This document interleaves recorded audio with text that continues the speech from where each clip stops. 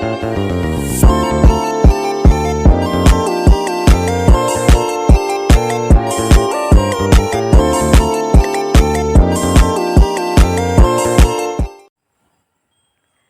bismillahirrahmanirrahim. Assalamualaikum warahmatullahi wabarakatuh. Perkenalkan, saya atas nama Rizka dengan NIM 220332021 dari Prodi Perencanaan Wilayah dan Kota Fakultas Teknik Universitas Muhammadiyah Sinjai.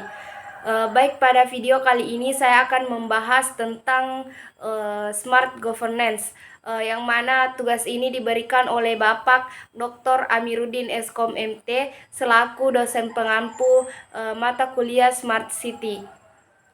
Untuk mengefisienkan waktu, langsung saja saya akan jelaskan apa itu Smart Governance. Baik, materi pertama yaitu ada pengertian Smart Governance, yang mana Smart Governance adalah sebuah konsep pemerintahan yang berbasis teknologi informasi dan komunikasi atau TIK, serta termasuk tata kelola kota pemerintahan daerah yang cerdas dan bertujuan untuk meningkatkan efektivitas, efisiensi, transparansi, dan partisipasi publik dalam proses pengambilan keputusan. Baik, selanjutnya ada konsep Smart Governance. Konsep Smart Governance dapat diterapkan dalam berbagai bidang dalam pemerintahan seperti perencanaan pembangunan, manajemen sumber daya manusia, keuangan, pengawasan, serta pelayanan publik. Selanjutnya ada strategi dalam penerapan Smart Governance. Yang pertama yaitu perlu adanya kebijakan dan regulasi. Terus yang kedua perlu adanya platform partisipatif, dan yang ketiga perlu adanya infrastruktur TIK yang kuat, serta yang keempat perlu adanya pengumpulan dan analisis data. Yang kelima yaitu perlu adanya evaluasi dan monitor, dan yang terakhir perlu adanya kerjasama dan kemitraan. Baik, selanjutnya ada tujuan Smart Governance. Tujuan yang pertama yaitu ada efisiensi, menggunakan teknologi untuk mengotomatisasi proses administrasi dan mengurangi birokrasi yang berlebihan. Hal ini dapat meningkatkan efisiensi dalam pengolahan sumber daya dan waktu. Selanjutnya tujuan kedua ada transparansi, yaitu menggunakan teknologi untuk memberikan akses yang lebih mudah dan transparan terhadap informasi pemerintahan. Masyarakat dapat dengan mudah mengakses data dan informasi yang relevan, sehingga memungkinkan mereka untuk memantau dan mengawasi kegiatan pemerintahan. Baik, selanjutnya itu ada partisipasi. Dengan partisipasi dapat mendorong bagaimana partisipasi aktif masyarakat dalam pengambilan keputusan melalui platform atau partisipatif dan mekanisme kolaboratif. Dengan melibatkan masyarakat dalam proses pengambilan keputusan, Smart Governance dapat menciptakan kebijakan yang lebih inklusif dan responsif terhadap kebutuhan masyarakat. Selanjutnya yang keempat itu ada pelayanan publik yang lebih baik.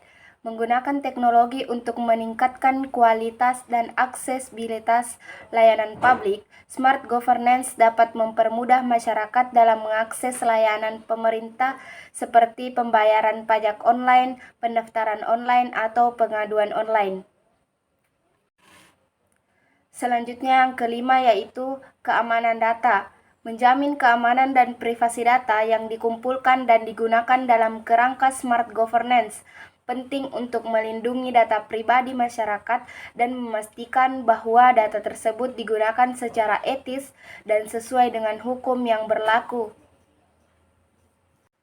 Selanjutnya beberapa contoh penerapan Smart Governance adalah yang pertama, e-government. Pemerintah dapat memanfaatkan teknologi informasi dan komunikasi untuk mempercepat dan mempermudah proses administrasi publik, seperti pelayanan publik, pengarsipan, dan komunikasi dengan masyarakat.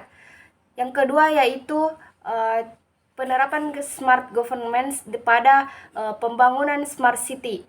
Konsep smart governance dapat diterapkan dalam pembangunan smart city, di mana teknologi informasi dan komunikasi digunakan untuk meningkatkan kualitas hidup masyarakat dan efisiensi pemerintahan dalam penyelenggaraan layanan publik. Yang ketiga yaitu pengambilan keputusan berbasis data. Pemerintah dapat memanfaatkan data yang terkumpul dari berbagai sumber untuk membuat keputusan yang lebih akurat dan efektif. Hal ini dapat membantu pemerintah dalam melakukan perencanaan pembangunan dan pengawasan program pemerintahan. Baik, selanjutnya yaitu adapun manfaat dari smart governance. Yang pertama yaitu efisiensi biaya dan waktu. Yang kedua, transparansi yang nyata. Yang ketiga, adanya keterlibatan masyarakat. Yang keempat, meningkatkan kualitas hidup masyarakat. Dan yang terakhir yaitu meningkatkan efektivitas kebijakan publik. Adapun kekurangan dari smart governance itu sendiri, yaitu yang pertama terbatasnya sumber daya manusia, yang kedua tantangan keamanan siber. Jadi kekurangannya itu tidak memungkinkan untuk mengamankan siber itu sendiri, dan yang terakhir yaitu ketergantungan pada teknologi. Jadi pada penerapan smart governance itu bisa saja kita sebagai manusia ini ketergantungan pada teknologi itu sendiri. Baik, adapun beberapa pertanyaan mengenai materi dari smart governance itu sendiri, yang mana pertanyaannya diajukan oleh teman kelas saya sendiri. Mungkin teman-teman bisa melihat pada slide yang tampil di layar,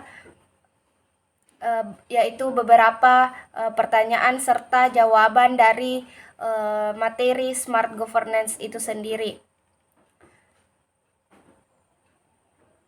Baik, mungkin cukup sekian dari materi kita hari ini, yaitu smart governance. Lebih dan kurangnya mohon dimaafkan. Billahi fisabilil haq fastabiqul khairat. Wassalamualaikum warahmatullahi wabarakatuh. Sekian dan terima kasih.